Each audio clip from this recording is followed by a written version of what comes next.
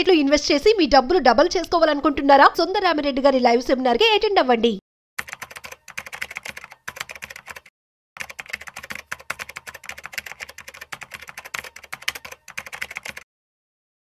నమస్తే, నేను జీవసత్యనారాయణ. ఈ వీడియోలో ఎవరైతే లాంగ్ టర్మ్కి ఇన్వెస్ట్ చేద్దామని అనుకుంటారో కొన్ని పెట్టుబడి పథకాలు, వీటిలో కొన్ని షేర్స్ ఉంటాయి, మ్యూచువల్ ఫండ్స్ ఉంటాయి, రియల్ ఎస్టేట్ ఉంటుంది, ఈటీఎఫ్లు ఉంటాయి. అలా కొన్ని ఏవైతే ఉన్నాయో అవన్నీ మీకు ఒక అవేర్నెస్, ఎడ్యుకేషన్, ఇన్ఫర్మేషన్. దయచేసి కాల్ చేయవద్దు. మీ దగ్గర ఏమైనా ఫండ్స్ ఉంటే దీంట్లో చాలా ఉంటాయి, రకాలు ఉంటాయి, కొన్ని చెప్తాను. అయితే ఫస్ట్ ఎప్పుడైనా కానీ దీర్ఘకాలిక పెట్టుబడుల మీదనే మనం ప్లాన్ చేయాలి. ఈ దీర్ఘకాలిక పెట్టుబడులు ఏంటంటే చిన్నప్పటి నుంచి కానీ లేకపోతే జాబ్లో జాయిన్ అయిన దగ్గర నుంచి కానీ సేవింగ్స్ ఏదైతే ఉన్నాయో అక్కడి నుంచే, అంటే ఒక 20 ఏళ్ళు, 25 ఏళ్ళు, 15 ఏళ్ళు మన పిల్లల ఫ్యూచర్ కోసం కానీ మన రిటైర్మెంట్ ఏజ్కి అవసరాలకు కానీ అవన్నీ అన్నమాట. వాటిల్లో ఏవైతే ఉందో వాటి కోసానికి సంబంధించిన ఏవైతే ఉన్నాయో కొన్ని మనం ఇప్పుడు డిస్కస్ చేస్తాం. ఫస్ట్ ఎస్ఐపి అని ఉంటుంది, సిస్టమేటిక్ ఇన్వెస్ట్మెంట్ ప్లాన్. ఇవి మ్యూచువల్ ఫండ్స్లో ఉంటాయి. ఈ మ్యూచువల్ ఫండ్స్ ఏవైతే ఉన్నాయో 10 ఏళ్ళు పైన, 10 ఏళ్ళు కానీ, అంటే ఎప్పుడైతే ఈ మ్యూచువల్ ఫండ్స్ ఉన్నాయో అవన్నీ కూడా 5 స్టార్ రేటింగ్ చూసుకోవాలి మనం. ఈ 5 స్టార్ రేటింగ్ ఏవైతే మ్యూచువల్ ఫండ్స్ ఉంటాయో ఈ 5 స్టార్ రేటింగులో మళ్ళీ 5 స్టార్ రేటింగ్ ఇచ్చే ఆర్గనైజేషన్లు ఉంటాయి. క్రిసిల్, ఇక్రా, కేర్, ఫిచ్, బ్రిక్ వర్క్ అని అవి రేటింగ్ ఇవ్వటం జరుగుతుంది. ఈ 5 స్టారు ఓకే, 4 స్టారు కొంచెం, 3 స్టారు యావరేజ్, 3 అనేది 3 star average, 4 star above average, 5 star good, 2 star వచ్చి బిలో యావరేజ్, సింగిల్ స్టార్ వచ్చి పూర్. మనం ఏం చేయాలి? మనీ కంట్రోల్ వెబ్సైట్కి వెళ్తే అక్కడ ఎంఎఫ్ అని ఉంటుంది, మ్యూచువల్ ఫండ్స్. ఒక మనీ కంట్రోలే కాదు, చాలా వెబ్సైట్లలో మనకి ఉంటాయి అన్నమాట. మన పని ఏంటిది? ఏ మ్యూచువల్ ఫండు 5 స్టార్ రేటింగ్ ఉంది, అది ఒక 10-12 ఏళ్ల నుంచి 10 ఏళ్ల పైన ఎంత సిఏజిఆర్ ఎంత రిటర్న్స్ ఇస్తుందనేది చూడాలి. అదేంటిదంటే వాల్యూ ఉన్నటువంటి స్టాక్స్ కొని పెడుతుంటుంది. ఒక సంవత్సరం కాకపోయినా, ఒకసారి కాకపోయినా, ఎప్పుడో ఒకసారి యావరేజ్న అది పెరగటం అనేది జరుగుతుంది. ఇది అన్నమాట. అయితే మనము ఎవరైతే రిస్క్ చూసుకోవడానికి అక్కడ ఉంటుంది, రిస్క్లో మళ్ళీ 4 రకాలు ఉంటుంది. నో రిస్క్, నో రిటర్న్స్, లో రిస్క్, లో returns, medium risk, medium returns, high risk, high returns. మనం చూసుకోవాలి, అక్కడ రిస్క్ అని ఉంటుంది, చూసుకోవాలి. తర్వాత REITS అని ఉంటుంది. ఈ REITS ఏంటంటే రియల్ ఎస్టేట్ ఇన్వెస్ట్మెంట్ ట్రస్ట్. ఇది ఓన్లీ రియల్ ఎస్టేట్కి సంబంధించినటువంటి పోర్ట్ఫోలియోలు నిర్వహిస్తుంది. మనం కనుక ఫ్యూచర్లో రియల్ ఎస్టేట్ పెడతాం, దీంట్లో కూడా కొంత ఫండ్, అన్నిట్లో విడివిడిగా దీంట్లో కూడా కొంత ఫండ్. ఇదేం చేస్తుంది అంటే రియల్ ఎస్టేట్లో స్థిరాస్తిలోని ప్రీమియర్ వాణిజ్య ఆస్తులు నిర్మించడం కానీ, అవి లీజుకి తీసుకోవడం ద్వారా ఇన్కమ్ ఏదైతే వస్తుందో, అది ఏదైతే ఇన్కమ్ వచ్చిందో ఆ ఇన్కమ్నే మన ఎవరైతే దీంట్లో పెట్టుబడిదారులు ఉన్నారో వాళ్ళకి ఇవ్వటం జరుగుతుంది. ఇది real estate investment trust, REITS. ఇవన్నీ కూడా సెబీ అండర్లోనే పనిచేస్తాయి అన్నమాట. ఇక తర్వాత PPF, పబ్లిక్ ప్రావిడెంట్ ఫండ్.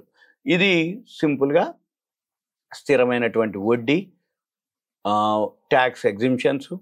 ఇది గవర్నమెంట్ సంబంధించింది కాబట్టి, గవర్నమెంట్దే కాబట్టి ప్రభుత్వ హామీ గల, అంటే గవర్నమెంట్ ఫుల్లీ సెక్యూర్డ్ అన్నట్టు. అయితే మళ్ళీ దీంట్లో మినిమం మనము 500 నుంచి కూడా పెట్టుకోవచ్చు. దీంట్లో పెట్టుకొని 15 ఏళ్ల లాకిన్ పీరియడ్ ఉంటుంది. దీంట్లో దీర్ఘకాలిక పొదుపు, మళ్ళీ ట్యాక్స్ ఎగ్జిమ్షను, ఇన్కమ్ ట్యాక్స్, మళ్ళీ రిటైర్మెంట్ అయినప్పుడు మనకి మొత్తం ఆ పైసలు తీసుకోవటం. ఇప్పుడు ప్రజెంట్ అయితే అది 7.10% వడ్డీ ఉంది. తర్వాత VPF ఉంటుంది.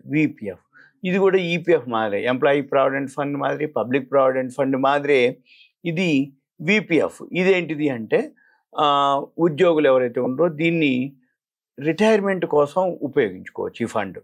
అయితే ఎవరైతే ఉద్యోగి ఉండో ఆయన జీతం బేసిక్ ప్లస్ DAలో 100% వరకు కూడా ఇందులో ఇన్వెస్ట్ చేయొచ్చు.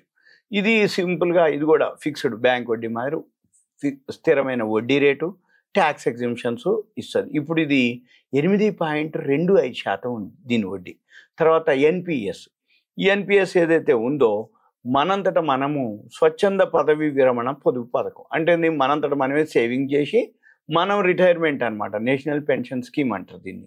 అయితే ఇది కూడా పెట్టుబడిపై ట్యాక్స్ ఎగ్జెంప్షన్ ఇస్తుంది. దీర్ఘకాలిక సంపద కోసం ఈక్విటీ మార్కెట్లు, డెట్ మార్కెట్లు, ప్రభుత్వ సెక్యూరిటీస్ పెట్టుబడులు ఉంటాయి. అలానే మనము ఈ ఎన్పిఎస్ ఏదైతే ఉందో 60 ఏళ్ళ వచ్చేంత వరకు కూడా మనము పెట్టుబడి పెట్టుకొని లాకిన్ ఉంటుంది. అప్పటి వరకు లాక్ చేసుకోవటం. తర్వాత ఒకవేళ అత్యవసర పరిస్థితి వస్తే తీసుకోవడానికి అవకాశం ఉంటుంది. అయితే ఇది కూడా ఇంట్రెస్ట్ యాన్యువల్ ఇన్కమ్ సిఏజిఆర్ అంటాం, 8 నుంచి 10% వరకు వస్తుంది. తర్వాత సుకన్య సమృద్ధి యోజన అని ఉంది. ఇది ఓన్లీ ఆడపిల్లల కోసం ఏర్పడ్డది.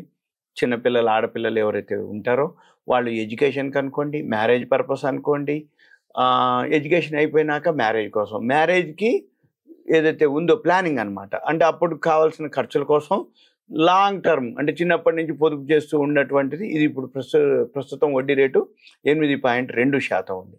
ఇక దీని తర్వాత బంగారం. ఈ బంగారం ఏదైతే ఉందో ద్రవ్యోల్బణ రేటు, అంటే ఇన్ఫ్లేషన్ తోటి కంటే కూడా ఎక్కువ వస్తుందండి దీంట్లో. అంటే ఆర్థిక వ్యవస్థ ఎప్పుడైతే మాంద్యంలో ఉన్నదో అప్పుడు బంగారానికి విలువ అనేది తగ్గే క్వశ్చన్ ఉండదు. కాబట్టి గడిచిన 5 ఏళ్లలో బంగారం మాత్రం బాగా పెరగటం జరిగింది. ఇది దీర్ఘకాల పెట్టుబడులకి బంగారాన్ని కూడా పరిగణించవచ్చు. ఇది పెట్టుబడులకి. ఇవే కావు, షేర్ మార్కెట్లో ఈటీఎఫ్లు ఉంటాయి, ఎక్స్చేంజ్ ట్రేడెడ్ ఫండ్స్ అని. అవి గోల్డ్ ఈటీఎఫ్లు ఉంటాయి, సిల్వర్ ఈటీఎఫ్లు ఉంటాయి. మళ్ళీ ఇవే కాకుండా ప్రతి ఈటీఎఫ్లు ఉంటాయి. ఇప్పుడు డిఫెన్స్ ఈటీఎఫ్లు అని ప్రతి సెక్టార్లో ఈటీఎఫ్లు ఉన్నాయి, వీటిలో ఇన్వెస్ట్ చేయొచ్చు. లేదు ఇదే ఈటీఎఫ్లు మ్యూచువల్ ఫండ్స్లో కూడా మళ్ళీ కొన్ని, మనము అమెరికా బాగుందనుకోండి ఎకానమీ, అమెరికా కంపెనీల్లో మ్యూచువల్ ఫండ్స్ ఉంటాయి. అంటే ఇక్కడ మ్యూచువల్ ఫండ్సే మన దగ్గర నుంచి ఫండ్స్ కలెక్ట్ చేసి అమెరికా కంపెనీల్లో పెట్టుబడులు పెడతాయి, అవి చేయొచ్చు. ఏ వరల్డ్లో ఏ కంపెనీ, ఏ దేశం ఆర్థికంగా బాగుంటుంది అని అనిపిస్తే ఆ దేశం మ్యూచువల్ ఫండ్స్ ఉంటాయి. ఆ దేశంలో ఆ మ్యూచువల్ ఫండ్స్, అంటే మన మ్యూచువల్ ఫండ్సే ఆ దేశం మ్యూచువల్ ఫండ్, ఆ దేశపు కంపెనీల్లో పెట్టుబడులు పెడతాయి. మనకి ఫారిన్ కరెన్సీతో పని లేదు. జపాన్ ఉంది, జపాన్లో పెట్టుబడి పెడతాంటే ఎన్లు కావాలి. అదే అమెరికాలో కావాలంటే డాలర్లు కావాలి. యూరోప్లో పెట్టాలంటే యూరోలు కావాలి. అవసరం లేదు మనకి, మన మ్యూచువల్ ఫండ్స్ ఉంటాయి. మనకి ప్రపంచంలో ఏ దేశం బాగుంటుంది అని మీరు అనిపిస్తే ఆ దేశం యొక్క ఆ కంపెనీల్లో పెట్టుబడి పెట్టేటటువంటి మన దేశపు మ్యూచువల్ ఫండ్స్లో మనం కనుక తీసుకుంటే మన కంపెనీలు, మన మ్యూచువల్ ఫండ్స్ అక్కడ దేశాల్లో పెడతారు, అది చూసుకోవచ్చు మనం. అది ఇవన్నీ మీకు అవేర్నెస్ ఎడ్యుకేషన్ మాత్రమే. మీకు ఒకవేళ ఇటువంటి వాటి మీద ఏదైనా సందేహాలు కానీ ఏదైనా డౌట్స్ కానీ ఉంటే క్లారిఫికేషన్కి దయచేసి కాల్ చేయొద్దు. మీ పేరు, ఏరియా, వాట్సాప్ మెసేజ్ పెట్టి కంటెంట్ మెసేజ్ పెడితే మనం తర్వాత డిస్కస్ చేసి, ఒకవేళ వీలైతే పర్సనల్ కలిసి మనం ఎలా అనేది ప్లాన్ చేయొచ్చు. చేస్తే దాన్ని బట్టి డెసిషన్ మనం తర్వాత తీసుకోవాలి. ఇదంతా మీకు అంటే దీర్ఘకాల పెట్టుబడి కోసానికి కొన్ని పథకాలు అన్నమాట. మళ్ళీ share market okay, commodities market okay, gold, silver, aluminium, zinc, lead, nickel, copper, crude oil, natural gas, అది ఓకే. ఎన్సిడిఎక్స్ అగ్రికల్చర్ మార్కెట్, చనా, మిర్చి, యాలకులు, ధనియాలు, పసుపు, పత్తి, గోధుమలు, ఆలుగడ్డలు, జీలకర్ర, ధనియాలు, యాలకులు, ఇవన్నీ మళ్ళీ అది వేరే. మళ్ళీ కరెన్సీ డాలర్లు, యూరోలు, పౌండ్లు, ఎన్లు, ఇది okay. Equity market okay, F&O market, options market, ఇవన్నీ కూడా మనము ఇన్వెస్ట్ చేయడానికి చాలా చాలా సాధనాలు అన్నమాట. అయితే సేఫ్గా ఉండాలి అంటే ఈ కొన్ని ఉన్నాయి. రిస్క్ తీసుకునే వాళ్ళు, ఇక దాని మీద అవగాహన ఉన్న వాళ్ళు చేయటం అనేది ఒక పద్ధతి. ఓకే, ఇదంతా అవేర్నెస్. ఓకే, థ్యాంక్ యూ, సెలవు.